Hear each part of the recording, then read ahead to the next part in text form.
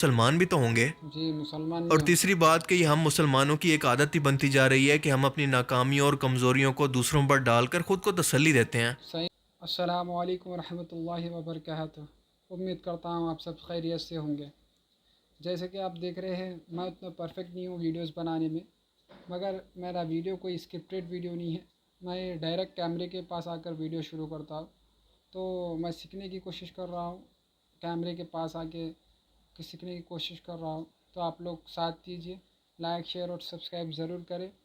اور یہ ویڈیو آج کا یہ ضروری ویڈیو ہے جو یو ایس کے مسئلے سے چل رہا ہے، جو یو ایس میں آگ چل رہی ہے، تو اس کے بارے میں ہے. کیا سچ ہے کیا غلط ہے. ہنسی ٹی وی کی طرف سے ہے. اس کا ٹائٹل یہ ہے fire in Los Angeles, the surprising truth about what spark and spread it. چلیے یہ ویڈیو کو آپ دیکھیں، سچائی کیا ہے آپ لوگ کو پتہ چل جائے. تو ویڈیو کو شروع کرتے ہیں.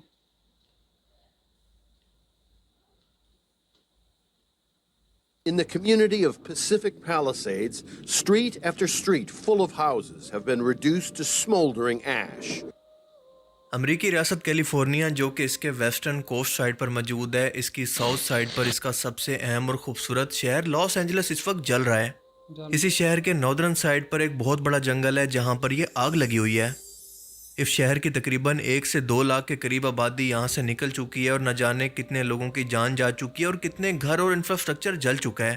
ابھی تک اس کا اندازہ لگانا اس لیے ممکن نہیں کیونکہ یہ آگ اتنی بھیانک ہے جس کا اندازہ آپ اس تصویر سے لگا لیں کہ یہ کیلیفورنیا کے آسمان کا حال ہے جو کہ اس وقت آگ کے دھوئیں کی وجہ سے بھر چکا ہے. اللہ اکبر. اس شدید آگ کی وجہ سے ایک اندازے کے مطابق 10,000 کے قریب گھر جل چکے ہیں اور انفراسٹرکچر اور بلڈنگ کا بھی ابھی تک کوئی اندازہ نہیں ہے کیونکہ کئی بزنس، سڑکیں اور ٹرانسپورٹ تک جل چکی ہے. سوشل میڈیا پر اس کے ایسے دردناک مناظر دیکھے جا سکتے ہیں جو کہ کمزور دل لوگ شاید دیکھ بھی نہ پائیں، اور اسی لیے یوٹیوب پالیسیز کی وجہ سے وہ مناظر میں آپ کو یہاں پر دکھا نہیں سکتا. لیکن آپ اس سے اندازہ لگا لیں کہ یہ اس افیکٹڈ ایریا کے پہلے کی تصویریں ہیں اور یہ اس کے بعد کی. ایک اندازے کے مطابق $100 بلین سے زیادہ کا نقصان ہو چکا ہے اور 1 سے 2 لاکھ کے قریب یہ جگہ چھوڑ کر جا چکے ہیں. لاس اینجلس شہر ہالی ووڈ بھی کہلاتا ہے جہاں پر دنیا کی امیر ترین سیلیبریٹیز، خصوصاً ہالی ووڈ سیلیبریٹیز کے سمندر کے کنارے بنگلے موجود ہیں، کیونکہ یہ شہر سمندر کے کنارے آباد ہونے کی وجہ سے انتہائی خوبصورت اور مہنگا ترین شہر مانا جاتا ہے. بے شک بہت خوبصورت. اب بہت سے لوگ اس قدرتی آفت کو غزہ کے اندر جاری اسرائیلی ظلم کا ساتھ دینے کی سزا بھی بتا رہے ہیں، خاص طور پر وہ سیلیبریٹیز جنہوں نے سوشل میڈیا پر اپنی سپورٹ اسرائیل کے حق میں دکھائی، اور ان میں سے کئی مشہور سیلیبریٹیز کے گھر بھی اس آگ کے اندر جل چکے ہیں. خیر اس پر تو ہم ویڈیو کے اندر آگے جا کر بات کریں گے، لیکن پہلے یہ جان لیتے ہیں کہ اس بھیانک جنگلی آگ کی وجہ کیا بنی اور اس کے بعد کیا ہونے والا ہے. لاس اینجلس کی اس وائلڈ فائر کی وجہ سمجھنے سے پہلے اس علاقے کی جغرافی کو سمجھنا انتہائی ضروری ہے. جیسا کہ میں پہلے بتا چکا ہوں کہ کیلیفورنیا امریکہ کے ویسٹرن کوسٹ سائڈ پر پیسیفک اوشن کے ساتھ موجود ہے، اور یہاں پر کیلیفورنیا شہر کے پاس موجود جنگلوں کے اندر ایک جگہ پر نہیں بلکہ کئی جگہوں پر یہ آگ لگی ہے. سب سے زیادہ آگ 3 جگہوں پر لگی ہے جو کہ آپ میپ کے اندر بھی دیکھ سکتے ہیں، اور یہی آگ آہستہ آہستہ ہوا کی بے تحاشا سپیڈ کی وجہ سے پھیلتی جا رہی ہے جو کہ ناقابل یقین 120 کلومیٹر پر گھنٹہ کی سپیڈ تک بھی پہنچ جاتی ہے، اور یہ امریکہ کی 100 سالہ تاریخ کی سب سے تیز ترین ہوائیں ہیں. Windstorm that meteorologists say this area has not seen in a century. Winds up to 120 kilometers per hour. ایک علاقے کا نام ہے ہسٹ، دوسرے کا نام ہے ایٹون اور تیسرے کا نام ہے پیلیسیڈز. اب میپ کو غور سے دیکھیں کہ اس کی سب سے بڑی آگ یعنی پیلیسیڈز کیلیفورنیا شہر کے ویسٹرن سائڈ پر موجود ہے جو کہ اب تک 3,000 ایکڑ رقبے کو جلا چکی ہے. ایسٹ سائڈ پر ایٹون فائر موجود ہے جو کہ 2,500 ایکڑ رقبے کو، جبکہ ناردرن سائڈ پر ہسٹ فائر جو کہ 500 ایکڑ رقبے سے زیادہ کو جلا چکی ہے. اور ان تینوں کے علاوہ بھی کئی علاقوں پر بہت بڑی بڑی آگ لگی ہے جس کا ڈیٹا اس وقت تک ہمارے سامنے نہیں آ سکتا جب تک کہ اس آگ کو قابو نہ کر لیا جائے. وڈلی فائر، اولیوس فائر اور بیرلی ہلز جہاں پر دنیا کے امیر ترین اور مشہور ترین لوگوں کے گھر موجود ہیں. مشہور بھارتی ایکٹر شاہ رخ خان کا بنگلہ بھی یہاں پر موجود ہے. ہالی ووڈ بھی اسی جگہ پر ہے. یہ خاص علاقہ میلیبو کہلاتا ہے جو کہ بیچ کے کنارے پر موجود ہے. امریکہ میں اس آفت کی وجہ سے ایمرجنسی نافذ کر دی گئی ہے اور ابھی تک گورنمنٹ کی طرف سے یہ نہیں بتایا گیا کہ یہ آگ دراصل لگی کیسے. آپ کے لیے یہ جاننا انتہائی ضروری ہے کہ اس علاقے کے اندر یہ فائر کوئی پہلی دفعہ نہیں لگی، یہ پہلے بھی لگتی رہتی ہے، اور ریکارڈ کے مطابق اس کی 2 اہم ترین وجوہات ہوتی ہیں. 85% یہ کسی انسان کی غلطی سے شروع ہوتی ہے، جہاں پر مثال کے طور پر غلطی سے کوئی چنگاری جلا دی گئی یا پھر کوئی ایکسیڈنٹ ہو گیا جس سے آگ لگ گئی، اور ہوا کی سپیڈ کی وجہ سے یہ پھیلتے پھیلتے ایک بڑے حصے تک پہنچ جاتی ہے. بعض اوقات یہ آگ جان بوجھ کر کوئی انسان بھی لگا سکتا ہے، جسے روکنے کے لیے اویئرنیس کے علاوہ امریکی گورنمنٹ کچھ بھی نہیں کر سکتی۔ اور دوسری وجہ ایکسپرٹس کے مطابق اس علاقے کے اندر موجود ایسی خشک ہوا ہے جس کے اندر موئسچر یا پھر نمی نہیں ہوتی، اور یہ خشک ہوا بن رہی ہے دراصل کلائمیٹ چینج کی وجہ سے یا پھر موسم کے بدلاؤ کی وجہ سے۔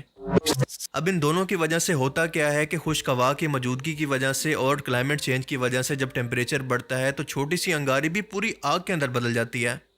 قدرتی طور پر بننے والی اس خشک ہوا کو کہتے ہیں سینتا آنا۔ آئیں ذرا اس کو ڈیٹیل میں سمجھتے ہیں۔ کیا یہ ہے کیلیفورنیا، اور یہ ہے اس کے ساتھ لگنے والا علاقہ گریٹ بیسن، جو کہ ایک پہاڑی علاقہ ہے۔ اس گریٹ بیسن کے ایک طرف تو بڑے پہاڑ یہاں پر اس طرف سے موجود ہیں، تو دوسری سائڈ سے اس کا پہاڑی سلسلہ کیلیفورنیا شہر کی طرف موجود ہے، جس کو کہتے ہیں سیرا نواڈا رینج۔ اب ہوتا یہ ہے کہ ہوا جب ان دو پہاڑی سلسلوں کے بیچ میں سے گزرتی ہے تو اس کا پریشر بڑھ جاتا ہے، اور آپ سبھی لوگ جانتے ہیں کہ ہوا ہمیشہ زیادہ پریشر سے کم کی طرف جاتی ہے، اور اسی لیے یہ ہوا یہاں سے نکل کر کیلیفورنیا شہر کی طرف بڑھتی ہے جہاں پر ہوا کا پریشر کم ہے، اور اسی ہوا کو ہم کہتے ہیں سینٹا آنا، جو کہ بہت ہی خشک ہوتی ہے۔ جب یہ ہوا کیلیفورنیا کی طرف آتی ہے تو اس کے اندر نمی نہیں ہوتی اور 20% سے بھی کم نمی رکھتی ہے۔